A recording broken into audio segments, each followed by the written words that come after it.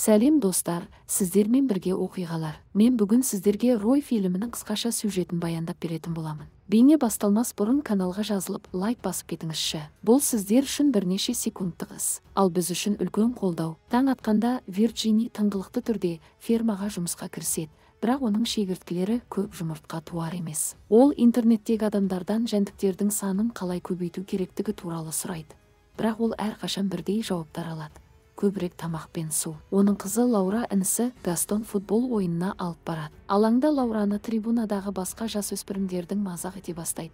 Оның анасы шегіртке өсіретінін. Вирджинидің сатып алушысы Брайан одан өнімінің санын көбейтуді талап етеді. Әйтпесе өзінің келісім шартты үзетінін алға тартып, әйел өз кәсібі алға жүрмей жатқандықтан Кәрім есімді досынан қарызға ақша сұрайды. Келесі күні таңертең Лаура әлеуметтік желіде сыныптастарының анасының кәсібін мазақ етіп жатқан видеосын көреді. Бірнеше сағаттан кейін ол анасына дүкенге шегіртке жинауға көмектесіп жатыр. Ал Вирджини өзінің бизнес идеялары туралы айтады. Бірнеше уақыттан кейін олар шегірткені дүкенге жеткізу үшін көлікке отырады. Олар діттеген жеріне жеткенде анасы асығыс қораптарды дүкенге алып кетіп, балаларды көлікте қалдырады. Гастон автотұрақтың арғы жағындағы бұзақы Кевинді байқайды. Бұзақы оларды байқап қалғанда, оларды қорлай бастайды. Әсіресе өз-өзіне қол жұмсап қайтыс болған әкелерін айтып. Ашуланған Лаура оны ұрып жібереді. Вирджини келіп, бұзақыларға қызына тиіспеуді ескертіп, қызын алып кетеді. Олар үйге қайтып келгенде, Лаура өзінің қиын өміріне шағымдана бастайды. Ол анасының достары үнемі мазақ қылатын кәсібін тастағанын қалайды. Әсіресе анасының ісі үшін келеке болғанына шағымдана бастайды. Вирджиния оны көндіреді, бірақ қызына жеткілікті. Вирджини де кәсібін сату туралы ойлана бастайды. Бірақ сатып алушылар өте аз. Ертесіне Вирджинидің үйіне ферманы сатып алу үшін бір клиент келеді. Бірақ ол ферма үшін өте аз қаражат ұсынады. Бұл әйелдің ашуына келтіріп, ол оны қуып жібереді. Көңілі түскен ол фермасына кіріп заттарды қирата бастайды. Өкінішке орай, ол тайып кетіп басын соғып, есінен танып қалады. Біраз уақыттан кейін өзіне келсе, шегірткелер оның қанымен қоректеніп жатыр екен. Өзін ретке келтіріп, ол көргені жайлы ұзақ ойлана бастайды. Кеше Кәрім Вирджиниден клиенттен неліктен бас тартқанын сұрау үшін келеді. Содан кейін ол одан шегіртке бизнесі жұмыс істейді деп ойлайсың ба деп сұрайды. Әйел өз кәсібін қорғай бастайды. Бірнеше әңгімелесуден кейін Кәрім үйіне кетеді. Вирджини шегірткелерді тексеру үшін фермаға оралады. Таңғаларлығы, ол көптеген жұмыртқалар табады. Ал келесі күні шегірткелер қатты ызылдай бастайды. Теориясын растау үшін ол жарасынан таңғышты алып тастайды. Ал кейін қолын шегірткелерге береді. Олар расымен де оның қанымен қоректенуде. Демек, олардың көп жұмыртқа бере бастағаны, шегірткелердің қанмен қоректене бастағанымен тікелей байланысты секілді. Бірнеше сағаттан кейін Гастон үйіне оралады. Ал Вирджини балаларына білдіртпеу үшін жарасын жасырып қояды. Жұмыртқалардың күн санап артып келе жатқанын байқаған ол Кәрімге қоңырау шалып, одан тағы бір купол орнатуға көмек сұрайды. Балалары сабақтан оралғанда олардың шегірткелері көбейіп жатқанын түсіндіріп береді. Гастон қуанады, бірақ Лаура емес. Себебі бұл анасының достары мазақ қылатын бизнесін сатпайтынын білдіреді. Бала жәндіктердің қаншалықты үлкен болғанын байқайды. Гастон олардың бірнешеуін үй жануарлары ретінде асырап алуды сұрайды, ал анасы келіседі. Бала оны кешкі ас кезінде үстелге қояды. Жәндік өте күшті, өйткені ол қорапты жылжыта алады деп Лаураға мақтанады. Кейін Лаура фермаға оралады. Бұл жолы ол ортаға отырады, және шегірткелер онымен қоректену үшін костюмін шешеді. Содан кейін ол Кәріммен кездесіп, алдағы бизнес жоспарларын талқылайды. Келесі күні Вирджини 150 келі шегіртке жинап, жаңа келісім жүргізу үшін бір клиентке барады. Бұл жолы ер адам өнімнің бұрынғыдан да сапалы болғанына тәнті. Содан кейін ол шегірткелер үшін үлкенірек күмбез сала бастайды.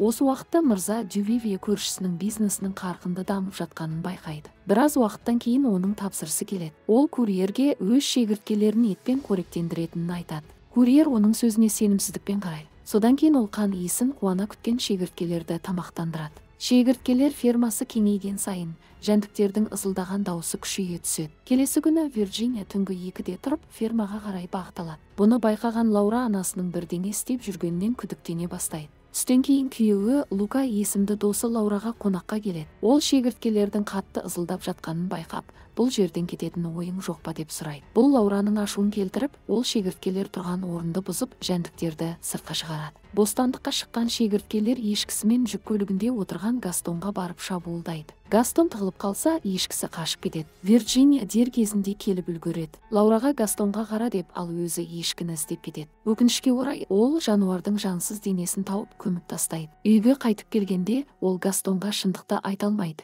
және кейінірек жануарды бірге іздеуді ұсынады. Біраз уақыттан кейін Вирджиния Гастонмен бірге жолға шығып, бала өзінің сүйікті үй жануарын іздеп шақырады. Бұны көрген әйел үнсіз жылайды. Көп ұзамай Вирджиния қан жеткізушіге ашуланып телефон соғады. Өйткені оның 50 литрге тапсырысы әлі келмеген. Өкінішке орай тапсырыс беруші қанды алып келуден бас тартады. Өйткені оның құжаттары дұрыс келмейді екен. Кенет көршілерінің иті оның аумағына кіріп кетеді. Әйел итті көтеріп алып, оны шегірткелерге қоректенуге береді. Келесі күні олардың үйіне бірнеше клиенттер келіп, олардан көбірек шегірткелер алуға дайын екендерін айтады. Вирджиния олардың ұсыныстарына келіседі. Осы уақытта Лаура Гастонның лагерге баратын заттарын дайындай бастайды. Алайда бала лагерге барғысы келмей қалды. Сол кезде әпкесі бұл жерде түсініксіз бірдеңе болып жатқанына сенімді болып, оған лагерге баруға кеңес береді. Күн батып бара жатқанда Вирджиния қаңғыбас жануарларды аулауға шығып, сиыр табады. Содан кейін ол үйге 2 шелегетпен оралады. Ертесіне Лаура Гастонды лагерге шығарып салады. Үйге оралған ол бірден анасының бөлмесіне барады.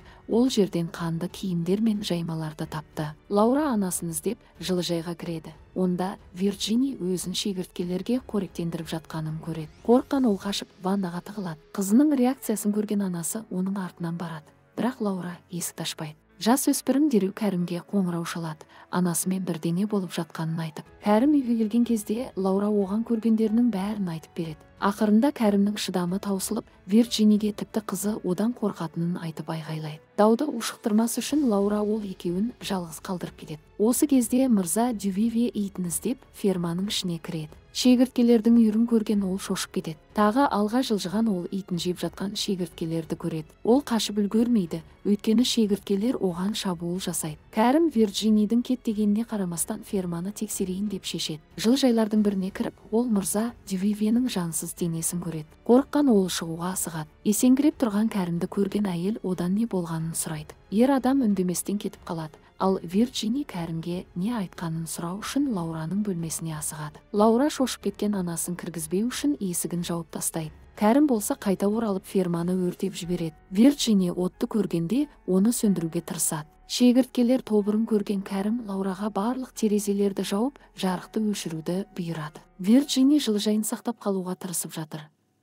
Үйге кірген ол шегірткелер жеп жатқан Кәрімді көріп қызын іздей бастайды. Қорыққан Лаура өзенге жүгіріп барып, аударылған қайықтың астына тығылады. Шегірткелер қайыққа қарай асығады, ал Лаура анасы атап көмек шақыра бастайды. Вирджиния қызын құтқару үшін өз-өзін құрбан етеді. Тыныштықты естіген Лаура қайықтан шығып, мыңдаған шегірткені көреді, ал анасы жоқ. Бірнеше уақыттан кейін шегірткелер ұшып кетеді. Бақытымызға орай Вирджиния қайта пайда болады. Анасының тірі қалғанына қуанған Лаура оны құшақтауға асығады. Егер осындай видеоларды жиі көргіңіз келсе, каналға жазылып, лайк басуды ұмытпаңыз. Қоңыраушаны қосып қойыңыз. Сіздермен бірге болған оқиғалар